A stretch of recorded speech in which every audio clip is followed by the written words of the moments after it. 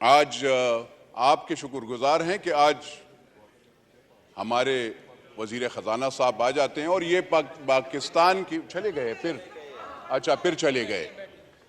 फिर चले गए। ये देखें पाकिस्तान की तकदीर देखें, पाकिस्तान की मिनिस्टर ऑफ स्टेट साहिबा हैं, पाकिस्तान की तकदीर देखें कि ये वज़राए ख़जाना जब भी खाली महंगाई, गरीब आदमी पे महंगाई डालना चाहता है तो असेंबली में आ जाते हैं और उनको इस वक्त फिर ये असेंबली के मेंबरान याद आ जाते हैं। जनाब स्पीकर, मैंने पाकिस्तान को तरक्की में नहीं देखा। मैंने बजाय पाकिस्तान या पाकिस्तान के गरीब बंदे को या नौकर पेशा को या हारी को या किसान को या बिजनेसमैन को कोई फायदा मिले, मैंने उसको नहीं देखा। मैंने दो बंदों को फायदे में देखा है। वो जो वजीर खजाना थे उन्होंने अपना एक बहुत अच्छा बैंक खोल लिया अपने वक्त में, ए रेटेड था, AAA कर दिया। अब मुझे ये हैरानी होती है कि वो भी आजकल टीवी पे वो होते हैं और ये वजीर खजाना साहब भी, इनको पता नहीं है सर। ये कहते हैं कि आटा पे, और वो आटा 800 रुपए और 1200 रुपए पे 20 किलो का तैला होता था। आज सर 3600 रुपए का मिल रहा है आपको, 33 और 3600। 3600 बलोचिस्तान में, 3300 आपको पिशावर में मिलता है। इनको मेरे ख्याल में चीनी का रेट पता नहीं है। पहले 50 रुपए की चीनी होती थी। मैं हर एक दौर की बताता हूं। पीपल्स पार्टी के दौर में 25 की थी, फिर जब मुस्लिम लीग नून का दौर आया तो उस वक्त 50 की थी, फिर जब इमरान खान का दौर आया तो उस वक्त 85 की थी, फिर अब जब दौर है तो 120 रुपए की चीनी है किलो। जब दवाई की, शुगर की, पैनाडोल की आपने कीमत 2 रुपए महंगी कर ली। अब मुझे बताएं, जो पत्ता 15 रुपए का मिलता था वो अब 60 और 100 रुपए पे मिलेगा। गरीब बंदा कहां से वो करेगा? 800 रुपए उसकी सारी दिहाड़ी होती है। सर आप बिजली की महंगाई की बात करें, आप कहते हैं कि डिफॉल्ट वो पकड़े, फ्री बिजली बिल खत्म करें। वो अफसरान को आप 1300 यूनिट देते हैं, बिल आप उस गरीब बंदे से ले रहे हैं। थोड़ा सा इंसाफ, थोड़ा सा सोचना चाहिए। राजा साहब, आप भी सर, आपका भी देही इलाका है, मुझे बताएं। ये कहते हैं बिजली देते कहां हैं? 24 घंटे तो बिजली नहीं होती और वो अफसरान ठंडे कमरों में बैठे होते हैं। बिजली वालों के भी, सर्दी में जो गैस वाले होते हैं उनके अफसरान, उनकी सैलरीज आपने देखी है? 60 लाख रुपए सैलरीज। 60 लाख रुपए एक एक अफसर को आप तनख्वाह देते हैं। उसके साथ उसको लैंड क्रूजर, उसके साथ उसको पेट्रोल, उसके साथ उसको 5 स्टार होटल, उसके साथ आप उसके बच्चों और उसके साथ वो पता नहीं क्या क्या। और बोझ, आप जब बोझ देंगे, ये जो चीज आप ला रहे हैं ना सर, ये वाली चीज है जो आपने हमें पेश की है, इसका क्या फायदा है sir? What is this basically? मुझे बताएं।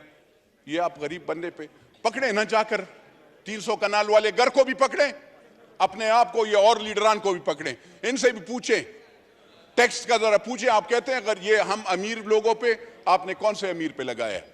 आपका जो डिपार्टमेंट है उसमें सारे चोर पड़े हुए हैं। पाकिस्तान वो मुल्क है जहां पे टैक्सेस हैं, कोई बेनिफिट्स नहीं है। अगर आप टैक्सेस लगाते हैं तो कोई बेनिफिट भी लगाओ ना। यहां पे हम खाली, हमें आवाम उस वक्त याद आती है जब आप वोट लेने जाते हो, तो उस वक्त जिस वक्त आप उस पर टैक्स लगाते हैं तो उस वक्त आपको सर याद नहीं आती। मेरी अर्ज ये है सर कि गरीब के लिए खाली नारा मत लगाओ, गरीब के लिए सोचो भी। बिजली महंगी करना ये ज्यादती होगी। आप लगाएं क्या? इंडस्ट्रियलिस्ट पे ज्यादा लगाएं ना सर। इंडस्ट्रीज वाले हैं, पकड़े उस पे बिजली, उसको क्यों सब्सिडी दे रहे हैं? लेकिन अगर एक जिसका कच्चा घर है, जिसके घर में 2 पंखे हैं सर, जो कि 15,000 रुपए सैलरी लेता है, या यहां पे ये जो पीएन खड़े हैं, इन गरीबों का क्या गुनाह है कि आप इस पे भी वो टैक्स लगाएंगे? टैक्स कलेक्शन वाले चोर हैं, जो आपकी डिपार्टमेंट है वो चोर है। हम लोग टैक्स, पाकिस्तान की आवाम टैक्स देते हैं सर। आपकी इदारे, आप जरा FBR को जरा पहले लगाम डालें ना सर। ग्रीन चैनल्स पे आपके वो स्मगलिंग होती है। आपके यहां पे, आप ये वजीर खजाना साहब से मैं जरा पूछना चाहता हूं कि आपने कौन से कानून के तहत डॉलर माफिया के साथ नेगोशिएशंस की?